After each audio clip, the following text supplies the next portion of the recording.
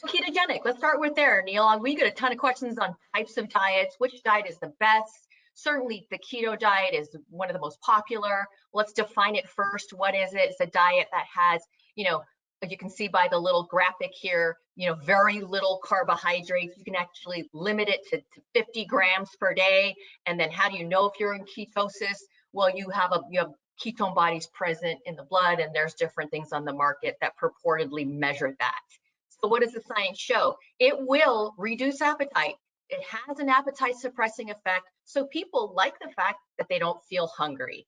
What the short-term weight loss studies show is that you're going to lose more weight than someone on a higher carbohydrate diet. And one of the reasons why is because carbohydrates, and glycogen is the stored form of carbohydrates. Carbohydrates holds water. For every gram, every 1 part of carbohydrate, you get 3 parts water. And so if you cut carbohydrates, then you're losing a lot of that, what's called water weight. And that's why the short-term studies will show better results. If you look at the long-term trials, it's essentially a wash. You get similar results, assuming that calories and protein are matched. And so you have to be careful when you're doing comparison studies, because if calories and protein are matched, well, then you have a confounding variable that doesn't make it apples to apples. It's more like apples to oranges, if you will. And so what we've tried to educate people on is that all diets work the same way, essentially.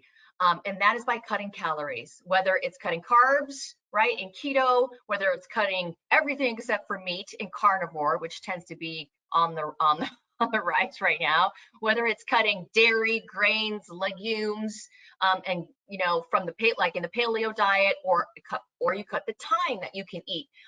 Everything reduces something in one of these diets so that you are in a calorie deficit, right? And that is going to force weight loss, because that's the one thing required for weight loss to occur, and that is a calorie deficit. So how do you know what diet is best for you? It's adherence. It's whether or not you can stick to that particular eating style. That's going to determine if it's best for you. But there is no one best weight loss diet. And we did an extensive research look on low carb diets.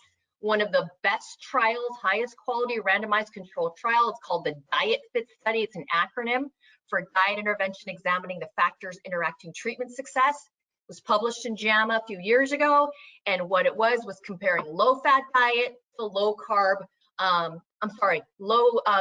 diet to high carb, or low fat to low carb. So same thing. It was a year-long, 600 subjects, which is really great, because the more people you have in the study, then it's easier to find an effect, right? It's more reliable. They track the diet compliance closely, and essentially weight loss was similar. If you look at the graph, if you pull up the study and look at the graph, it's striking how similar the weight loss was. And insulin didn't really have an impact on whether or not someone changed body composition and or weight. So if you want more on this topic, we did a masterclass on popular diets. It's on our website, right? That's what it looks like, dotfit.com/dotfit tools masterclass. And I dig into the individual studies on the keto diet. So Neal, you have any commentary on diets in general? Yeah, I mean, or the keto? Yeah, the most recent study that just came out, Kat, as you know, I think last month, compared 6 different diets, including the Mediterranean diet, the normal calorie restrictive diet, DASH diet, keto diet, paleo diet, intermittent fasting. And at the end of 52 weeks, they all came out the same, basically, when it came to health parameters, so the health markers and weight loss. And all weight loss was 100% on all of the 6 diets compared.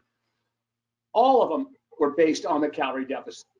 So at the end of the day, just like you said, it's what you can stick with.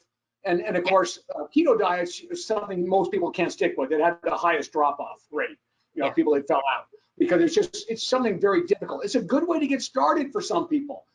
So for a lot of you back in my day when I was a competitive bodybuilder, 70s, 80s, and very, very early 90s before I retired, in the 60s and 70s, keto diets were what we did. We actually invented it for everybody, other than clinical reasons, for epilepsy.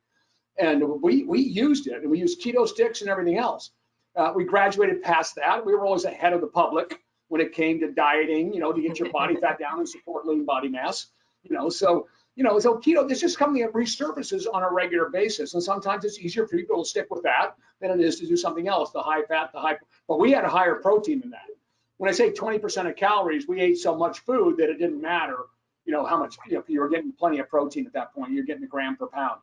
So anyway, it comes down to that. It really is. We kind of quit arguing about diets these days. They all come out the same when it comes to a deficit. Just make sure you get all the nutrients you need.